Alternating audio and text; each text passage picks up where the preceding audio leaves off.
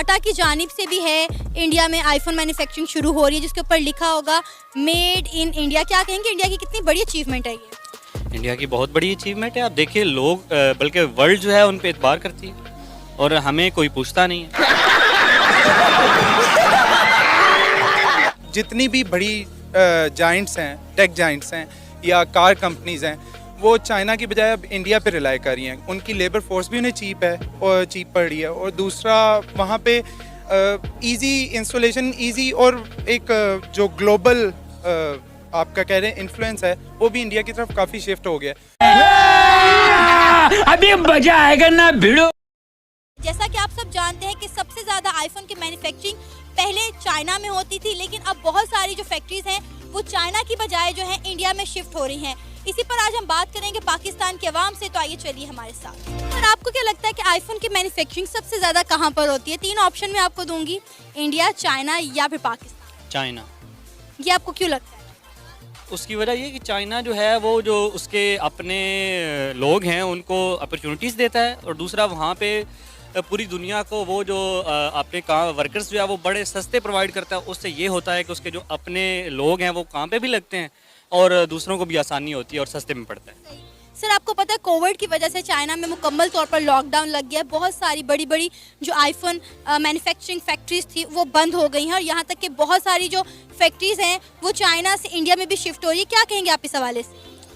अब देखिए चाइना चूँकि खुद जो है वो हर चीज़ आपको सस्ते में दे रहा है, मतलब ओवरऑल वर्ल्ड को, लोगों को, कंपनीज़ को, और इंडिया जो है उसमें भी टेक्नोलॉजी आप देख लें, गूगल देख लें, उसका सीईओ भी इंडिया से बिलोंग करता है। यानी टेक्नोलॉजी के हिसाब से इंडिया हमसे बहुत आगे है। तो इस हवाले से वो लोग प्रेफर करते हैं, उस पोटेंशियल भी है और वहाँ पे लोग भी हैं। सर अब जो टाटा की जानिब से भी है इंडिया में आईफोन मैन्युफैक्चरिंग शुरू हो रही है जिसके ऊपर लिखा होगा मेड इन इंडिया। क्या कहेंगे इंडिया की कितनी बड़ी अचीवमेंट है ये? इंडिया की बहुत बड़ी अचीवमेंट है। आप देखिए लोग बल्कि वर्ल्ड जो है उन पे एतबार करती है और हमें कोई पूछता नहीं है। इस बात से अंदाज़ा लगाएं कि हमारे यहाँ जो सबसे पॉपुलर लीडर है वो इमरान खान है। पंजाब में गवर्नमेंट होने के बावजूद वो एफआईआर नहीं दर्ज करवा सके, और आप क्या समझते हैं कि दुनिया आप पे करेगी वो एतबार? भी नहीं, बिल्कुल भी नहीं। आपने बिल्कुल बात की इमरान खान साहब के हवाले से कि पाकिस्तान में या पूरी दुनिया में जो भी पॉपुलर लीडर है वो इमरान खान जो खुद हैं वो इंडिया की तारीफ़ें करते नहीं थकते। कभी वो इंडिया की फॉरेन पॉलिसी की तारीफ़ कर रहे होते हैं, कभी वो इंडियन गवर्नमेंट की तारीफ़ कर रहे होते हैं, कभी वो उनके फॉरेन मिनिस्टर की तारीफ़ें कर रहे होते हैं। वो तो खुद उनकी पॉलिसीज़, उनकी तरक्की और उनके अचीवमेंट पर बातें कर रहे होते हैं। देखिए अचीवमेंट कोई भी करता है तो उसकी तारीफ़ करनी चाहिए, चाहे वो आपका दुश्मन ही क्यों ना हो। हमें उससे सीखने की ज़रूरत है। आप बेशक किसी पे तनकीद करें, ज़रूर करें, लेकिन सीखें ज़रूर। अब हमने क्या सीखा है?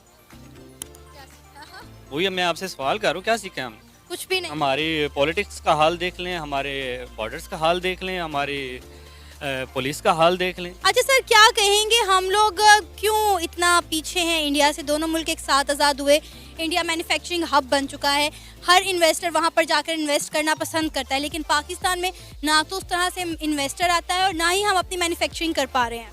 जो मेन रीज़न है कि वहाँ पे जो टैलेंट है, जो एजुकेशन है, उसकी कदर है, और यहाँ पे किसी चीज़ की कोई कदर नहीं है। आप जितने मर्जी एजुकेटेड हूँ, आप जितने मर्जी टैलेंटेड हूँ, आपकी टांगें खींची जाएंगी, आपको अपलिफ्ट नहीं किया जाएगा। वहाँ पे एक छोटा सा फनकार जो है उसको भी वो ज़मीन से ऊपर बिठा देते हैं और हम उसको कंजर कह के पीछे मोड़ देते हैं। तो जैसा कि आपको पता है कि इस वक्त चाइना में कोविड की जो सूरत हाल है दिन ब दिन काफ़ी संगीन होती जा रही है। वहाँ पे लॉकडाउन की वजह से बहुत सारी आईफोन मैन्युफैक्चरिंग फैक्ट्रीज जो हैं वो बंद हो गई हैं, और बहुत सारी जो बड़ी बड़ी फैक्ट्रीज हैं वो इंडिया मूव हो रही हैं। क्या कहेंगे आप इस हवाले से? ओबियसली इंडिया की मैन पावर और जो लेबर फोर्स है वो हमसे काफ़ी ज़्यादा है, और चाइना की भी लेबर फोर्स इक्वलेंट टू उन्हीं के थी। तो ओबियसली एक ये बहुत बड़ा फैक्टर है।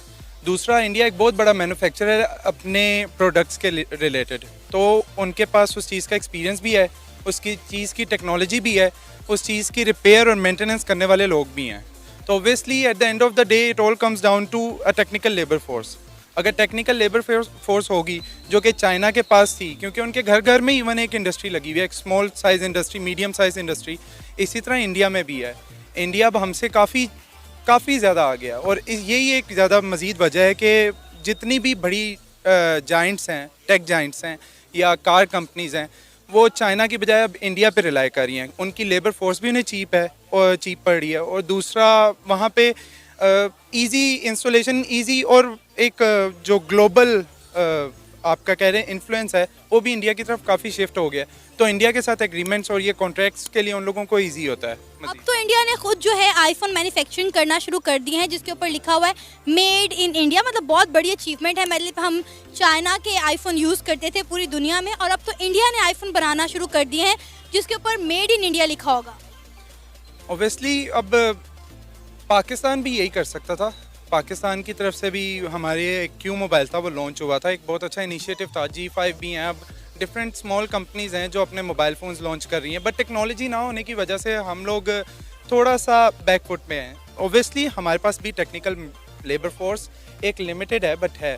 अब हम अगर इसी तरह की मैन्युफैक्चरिंग खुद करना शुरू करें, क्योंकि हमारी अपनी मैन्युफैक्चरिंग बहुत लिमिटेड सी है, हम अपनी कार्स मैन्युफैक्चर नहीं कर सकते, हम अपनी कोई प्रोडक्ट मैन्युफैक्चर नहीं कर सकते, इवन जो रोज़मर्रा की चीज़ें हैं हमें उन्हें इंपोर्ट करवाना पड़ता है। अब चाइना और इंडिया इस चीज़ के खुद मैन्युफैक्चरर्स हैं, तो ऑब्वियसली जिस कंट्री में मैन्युफैक्चरिंग, वो जो कंट्री मैन्युफैक्चरर ओन्ड होगी, वो इस चीज़ को मज़ीद फिजिबल भी रहेगी, कैपेबल भी रहेगी और वायबल भी रहेगी। अच्छा, क्या वजह है पाकिस्तान में इन्वेस्टर उस तरह से क्यों नहीं आता जिस तरह से इन्वेस्टर इंडिया में जाना पसंद करता है और इंडिया में इन्वेस्ट करना पसंद करता है? ओबियसली इन्फ्लुएंस है एक चीज़, एक ग्लोबल इन्फ्लुएंस भी है, पॉलिटिकल इन्फ्लुएंस भी